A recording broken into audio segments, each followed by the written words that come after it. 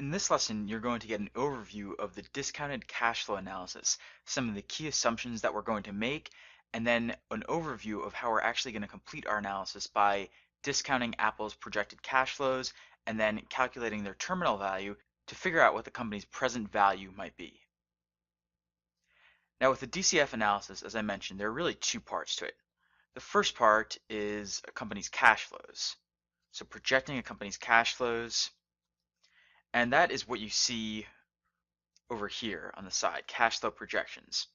What we're going to do here is essentially look at our income statement that we have from before and our cash flow statement and create sort of a mini version of the income statement and cash flow statement right here.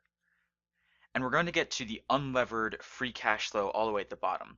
You'll recall from the videos on equity value and enterprise value that free cash flow was one of the metrics that we looked at.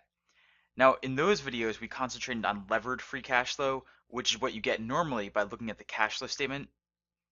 In our analysis here, though, we're going to focus on unlevered free cash flow. So we're going to remove the effects of interest expense and interest income and look at free cash flow before those are taken into account.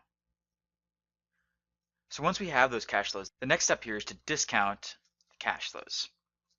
Why do we have to discount the cash flows? The main reason is because money today is worth more than money tomorrow. So let's say that a year from now, we're going to get $100 from our friend and then $100 the year after that.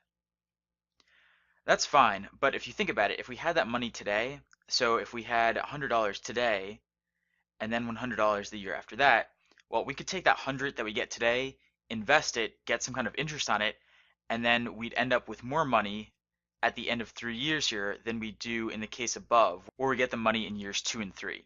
So money today is always worth more than money tomorrow, and that's why we have to discount the cash flows here. How you determine the discount rate to use, what percentage to discount it by, gets tricky, and that will be the subject of several videos in this course, but that's the basic idea for now. And then the last thing we need to do here is figure out what the company's terminal value is. So what we do is we assume either that the company is sold in year 5, so at the end of 2014 here, we assume that Apple is sold based on an EBITDA multiple, or we can assume that it just keeps growing indefinitely, but that at year 5, its value will eventually converge on a certain value in the future. And so that's what we get to with our terminal value. And what we do in the discounted cash flow analysis is we take both of these. So we take the sum of the discounted cash flows and then the discounted terminal value, and we sum up both of those to arrive at the company's present value. And you could use the same valuation methodology for anything. If you're valuing a house, then maybe you look at the cash flows from tenants and you look at the rental expense and then you figure out what you're going to sell the house for in the future. And you could apply the same kind of DCF analysis to that. If you're valuing something like an apple tree, let's say, you could do the same thing. You could calculate how much in cash flow the apples will generate, how many you'll have each year, and then what you can sell the apple tree for at the end of the year. So no matter what you're valuing, you can always use a DCF analysis like this. Now, in terms of the key assumptions that we're going to have to make here, sometimes with DCF analyses, you see more assumptions or you see a separate area listed at the top.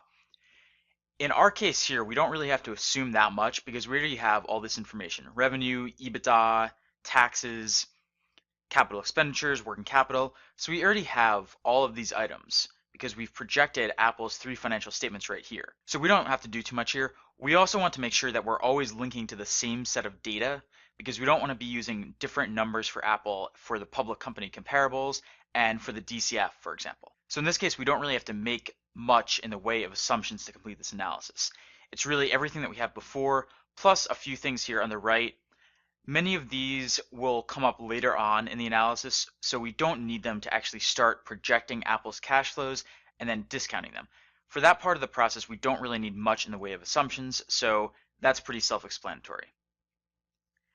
Now that you understand the overview of the DCF and exactly what we're going to do here, coming up in the next video, we're going to start by actually projecting Apple's cash flows. And you'll get some practice yourself pulling in the information from our projections for them from the 3-statement model, and then I'll walk you through some of the more tricky parts that diverge a bit from what we have done previously in the model.